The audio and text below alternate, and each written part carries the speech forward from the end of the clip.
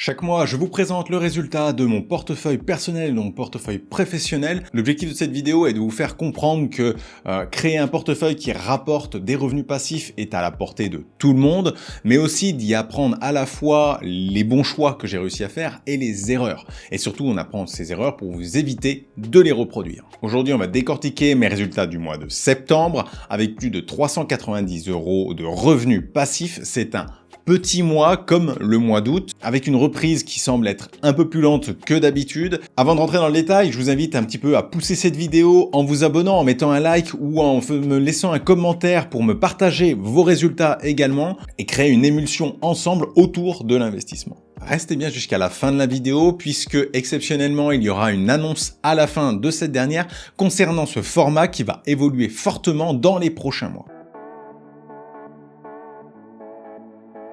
Commençons par les investissements de la société derrière Investissement Facile, parce que effectivement pour aligner les intérêts entre les investisseurs et Investissement Facile, le meilleur moyen de le faire est de réinvestir une partie de mon chiffre d'affaires directement sur les plateformes dont je parle. C'est ce que je fais avec la société, majoritairement sur des plateformes comme Clubfunding avec 18 000 € investis, avec Baltis avec 12 000 € investis et deux petits nouveaux qui viennent de rejoindre la bande ce mois-ci avec Anaxago et Proximea avec respectivement 2 000 et 4 000 € investis. À savoir que j'ai un projet en cours de financement sur Anaxago qui portera le montant total investi à 4 500 € sur la plateforme. Tous ces investissements m'ont rapporté au mois de septembre 159,96 € exactement, puisque je n'ai pas eu de revenus particuliers en dehors des revenus mensuels de Clubfunding. Comme je le répète souvent, les revenus du crowdfunding sont assez irréguliers.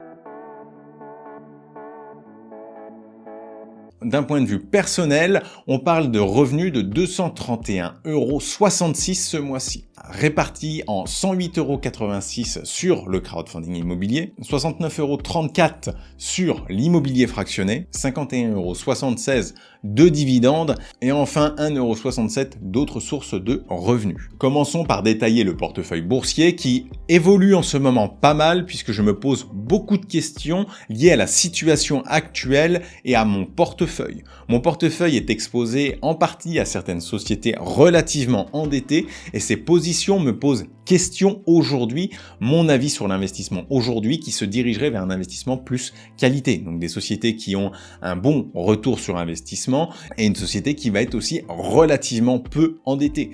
Et je pense que ces sociétés vont profiter pleinement de la situation actuelle puisque les acteurs les moins endettés d'un marché vont potentiellement pouvoir racheter des concurrents très endettés et donc grossir et ressortir renforcés de cette crise. Malgré tout, mes achats et mes ventes du mois de septembre ne représentent pas forcément cette philosophie, pour des buts très précis. Alors, par exemple, j'ai vendu mes 250 actions d'Artea. Pourquoi? Parce que la société est trop illiquide et que moi-même, en vendant 250 actions, si je les vends au marché, je fais potentiellement décaler le cours de plusieurs pourcents, ce qui est très pénalisant. Donc, j'ai décidé de me séparer de cette partie-là pour me concentrer sur des actions un peu plus grosses et un peu plus liquides surtout. J'ai fait aussi un achat en début du mois de septembre de Nexity avec 25 actions supplémentaires. Donc, c'est vraiment une toute petite part de mon portefeuille qui a déjà été revendu, je vous l'annonce, sans perte, j'ai dû perdre 2-3% dessus, mais j'ai décidé de revendre pour me concentrer sur ces paris justement qualité. Et enfin, j'ai également acheté 100 actions de la société Realty Income. Alors là, c'est un pari qui est contraire à ce que je viens d'annoncer, mais là, je suis plutôt très content de cet achat, puisque c'est une société qui fait de l'immobilier aux US, qui a un fort taux d'endettement, mais qui aujourd'hui s'achète avec des rendements sur dividendes d'environ 6%. Et si bien sûr l'action s'achète à 6%, c'est qu'elle a été massacrée au niveau du cours, et donc j'ai renforcé sur un seuil qui me semblait psychologique autour des 50 $. J'ai reçu des dividendes uniquement en dollars ce mois-ci avec 38,33 $ de Realty Income et 17,20 $ de Microsoft. Passons maintenant sur mon portefeuille d'immobilier fractionné avec, comme je l'ai annoncé, 69,34 € de revenus pour presque 15 000 € investis aujourd'hui. Il y a effectivement deux nouvelles plateformes qui vont apparaître dans ce bilan, puisque les biens sur Atois et sur Tantième ont été achetés. Du moins un bien sur Tantième sur les deux sur lesquels j'ai investi. Au contraire, au mois de septembre, on a Blox qui a annoncé ne pas poursuivre l'offre qu'ils avaient fait il y a quelques mois et mettre en pause la plateforme, le temps d'avoir plus de visibilité sur le marché d'immobilier qu'il souhaitait adresser, c'est-à-dire l'immobilier professionnel parisien. Sinon, pour les plateformes courantes, on a Realty avec 71 $ de revenus, pas de vente ce mois-ci, il y a eu 4 semaines de loyer, pas grand-chose à signaler, les rentrées de locataires sont malheureusement un peu trop lentes par rapport à ce que j'avais espéré. Attendons encore un petit peu, laissons-leur le bénéfice du doute puisque c'est la première phase de turnover importante et je ne veux pas tirer de leçons immédiates. J'attends de voir ce qu'il va se passer dans les prochaines semaines et dans les prochains mois. Sur Baptiste, toujours aucun revenu puisqu'on a ce levier sur le bien qui fait mécaniquement que nous n'avons pas de revenus versés tous les mois et que la plateforme utilise les loyers pour rembourser le crédit. La seule nouvelle que l'on a, elle est bonne, c'est que les loyers sont à jour au mois de septembre et donc on n'a aucune problématique sur ce projet-là. Sur Tantième, on a 300 € investis pour 1,29 € de revenus. Pas grand chose à dire, c'est le premier mois avec les loyers versés sur un projet. On va attendre un petit peu de savoir ce qu'il en est pour la suite. C'est difficile d'avoir du recul pour le moment sur Tantième. D'ailleurs, je ne présenterai pas à toi précisément ici puisque c'est seulement une somme de 100 € pour suivre le projet et de savoir comment ça se passe que j'ai mis. Et donc voilà. Et enfin, dernière présentation pour Brick Club puisque la plateforme n'évolue plus, que j'ai 300 € d'investis dessus et que ça m'a encore rapporté 1,02 €. Donc il n'y a pas grand chose à en dire en vrai de cette plateforme-là. Ça apparaîtra toujours dans les chiffres globaux, mais je n'ai pas volonté à continuer de présenter cette plateforme. Donc cette présentation de Brick Club va disparaître lors des prochaines vidéos et lors des prochains articles. On va finir avec le portefeuille crowdfunding qui a été un peu terne ce mois-ci avec seulement 108,86 € de revenus pour 45 000 € investis environ. On est sur du crowdfunding immobilier, le nombre de ventes baisse, donc nécessairement les remboursements sont un peu plus lent, on a des retards qui se cumulent. En tout cas, c'est tout ce que j'observe actuellement. D'ailleurs, c'est dans cette optique qu'on peut parler des défauts que j'ai sur le crowdfunding immobilier. Pas de nouveauté ce mois-ci, mais j'ai au total 6 800 € de projets en défaut. Alors, je rappelle qu'un défaut, ce n'est pas une perte. J'ai actuellement 0 € de perte officielle. Et je pense que je vais récupérer une grande partie de ces investissements, voire même peut-être récupérer une partie des intérêts. Et donc, finalement, la perte devrait être autour de 2 000 €. Alors 2 000 € comme ça, quand on parle de ce chiffre-là, ça peut paraître énorme, mais je rappelle que 2 000 €, ça reste quelques mois de mes intérêts. Et donc c'est tout l'intérêt de bien diversifier, c'est qu'on ne prend pas de gros risques sur un seul projet. On le voit bien que mes retards sont répartis entre plusieurs plateformes et que d'ailleurs la moitié sont des plateformes européennes que j'avais essayé avec de petites sommes, mais où les résultats sont catastrophiques. Je vous présente aussi mon portefeuille rapidement, il est très diversifié, peut-être trop, même certainement trop, parce que, encore une fois, je fais beaucoup d'essais pour le compte d'investissement facile. J'ai tendance à aller sur plein de plateformes, j'ai plein de plateformes où j'ai 1-2 projets parce que je veux juste essayer la plateforme, en tirer une conclusion et ensuite pouvoir vous la présenter. Passons maintenant aux plateformes. J'ai toujours crowdfunding avec environ 68 € de revenus mensuels pour 9 000 € investis. J'ai toujours un projet qui ne paye plus ses intérêts, un autre projet qui est en difficulté. Bref, la dégradation économique commence à se voir sur la plateforme et malheureusement à mettre des projets en difficulté. D'ailleurs, plusieurs opérateurs n'ont pas payé leurs intérêts au début du mois, mais au milieu et à la fin du mois, ce qui est bien symptomatique du fait que ces opérateurs commencent à avoir du mal à trouver le cash pour nous payer ces intérêts mensuels. La deuxième plateforme, ça va être Enerflip avec 12,50 € d'intérêt sur environ 4 500 € d'investis sur la plateforme. Écoutez, sur Enerflip, ça se passe plutôt bien. J'ai un projet qui est en cours de financement avec une toute petite somme, mais sinon, les intérêts sont payés en temps et en heure. Et là, on voit que diversifier de l'immobilier est important. D'ailleurs, j'ai parlé d'Enerflip cette semaine, j'ai fait une vidéo de présentation que je vous mettrai ici. Et donc, ces plateformes d'énergie renouvelable ne sont pas soumises aux mêmes risques et aux mêmes fluctuations. Donc, il est important de diversifier et j'aperçois aujourd'hui qu'il n'y a quasiment aucun retard sur cette plateforme d'immobilier ENR, ce qui est quand même rassurant, d'autant plus que les taux ont quand même largement augmenté, qu'on peut trouver des projets régulièrement à 8% de rendement. Alors certes, le risque a peut-être légèrement augmenté, mais c'est quand même une augmentation significative et je pense qu'il y a un attrait particulier en ce moment pour ces projets-là à juste titre. Sur la première brique, j'ai eu un remboursement partiel d'environ 300 € qui m'ont rapporté 10 € d'intérêt pour 4 500 € d'investis environ là aussi. Et pas grand chose à dire en dehors de ces éléments-là. J'ai un projet qui est quand même relativement en difficulté aujourd'hui avec plus de 6 mois de retard. On attend d'avoir les dernières news pour savoir si la vente va avoir lieu.